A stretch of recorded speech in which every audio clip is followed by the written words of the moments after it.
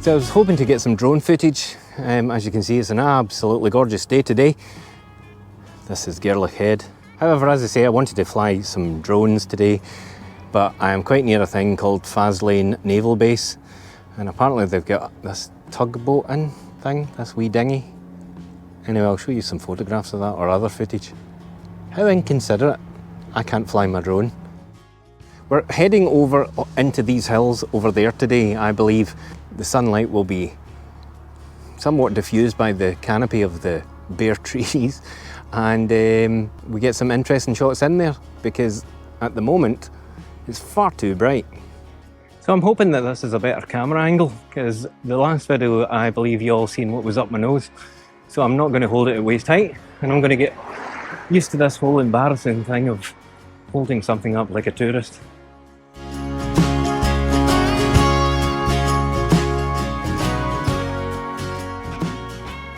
So today's video is about two things. One is about, can you take good photographs in bright sunny weather? And also number two, can you take decent photographs within a 15 to 20 minute walk of your house? So I'm going to try and attempt to answer both those questions today. See how we go on.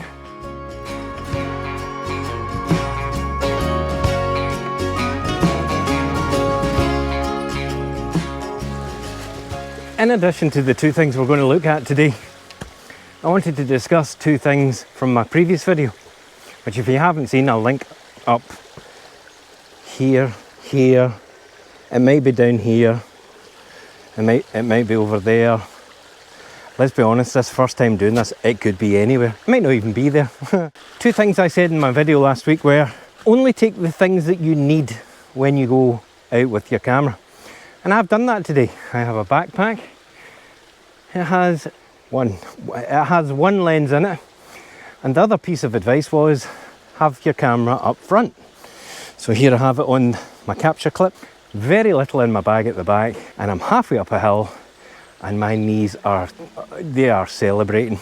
Let's cross this without damaging all our gear. And as my good lady will tell you, I am very, very clumsy.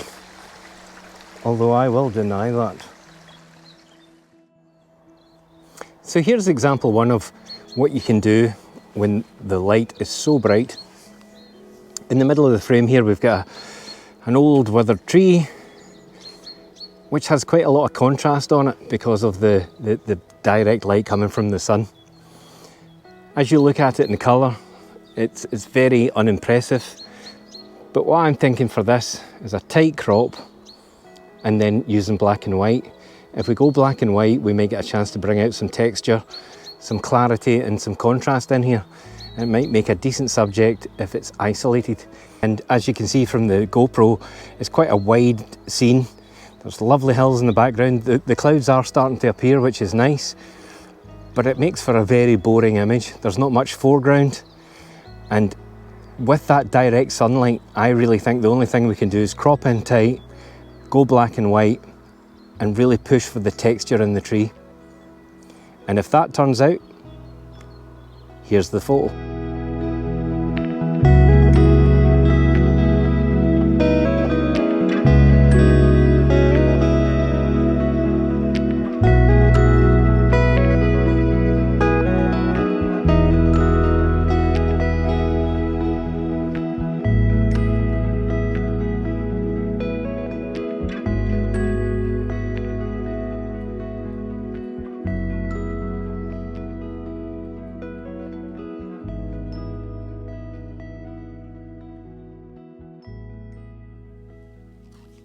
So, no matter what the light is like, if it's a clear blue sky day like it is today, there's still photographs to be had. Don't use that as an excuse to not go out, because I know I have. Sorry, I'll stop touching them. Oh, my muff. Hopefully what you're getting from today's video is, it's very bright, it's far too bright, but there's still photographs to be had as long as you're willing to have a wee look more intricately at what's round about you. Always turn around, have a look behind you and see if you've missed anything. But don't put it off just because it's too bright, it's too wet, it's too cold, whatever. Some of us are terribly good at making excuses for not going out with our cameras. Just go. because sometimes the worst weather, the worst light, you will find the best subject. If you're looking for a portfolio image, it might not be when you've planned it. It might just be when you're out. And if you're not out, you're never going to catch that. So get out. I'm going to continue up this hill in a minute. I don't know what's up there, but I do know the sun's up there. There's not much to take photographs of. The wide vista doesn't look particularly great.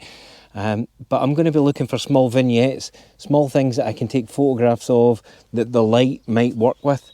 I brought 2 lenses today, and that was the 24 to 70, no surprises there.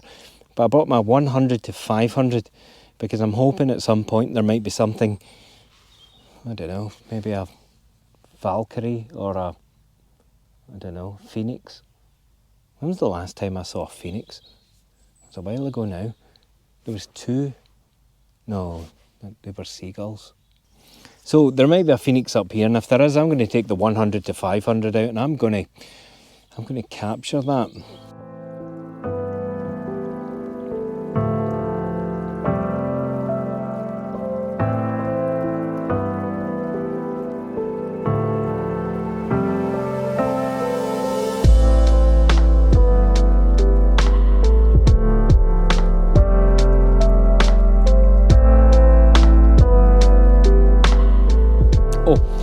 Last thing I wanted to say before I move on from here, because my bum's getting wet, is I might add this to most of my videos.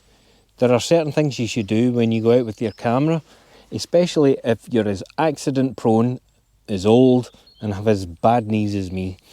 Is 1, tell people where you're going. Can't stress that enough. Even if you think you're only going 2 miles up the hills, if nobody knows where to look for you. Number 2, make sure you have the equipment that you need for that day and anticipate stuff that might happen. At the moment I'm wearing a hoodie, a couple of t-shirts, everything's great, but I can assure you that in my bag I have a waterproof jacket, I have a heat jacket, I have gloves. So just make sure you've got all the things you need. And number 3, the most important thing of all of those things is,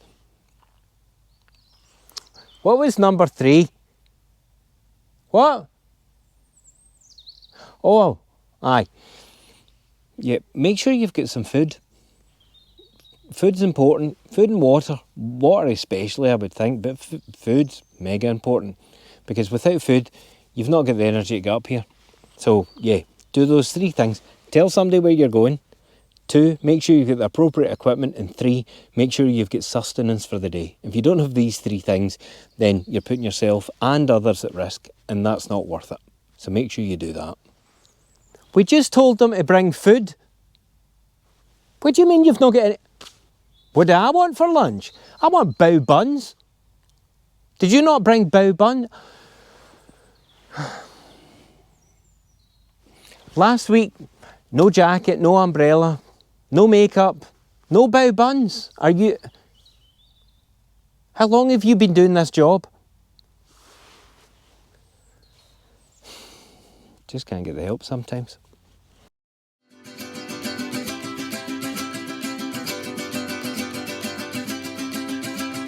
As you can see, clouds are in, things are different from when we went up, and unfortunately that might mean I can't show you the second thing I was going to talk about. But basically, go back to what I said about how the shadows are very, very deep, very dark. Sometimes you can use that to your advantage.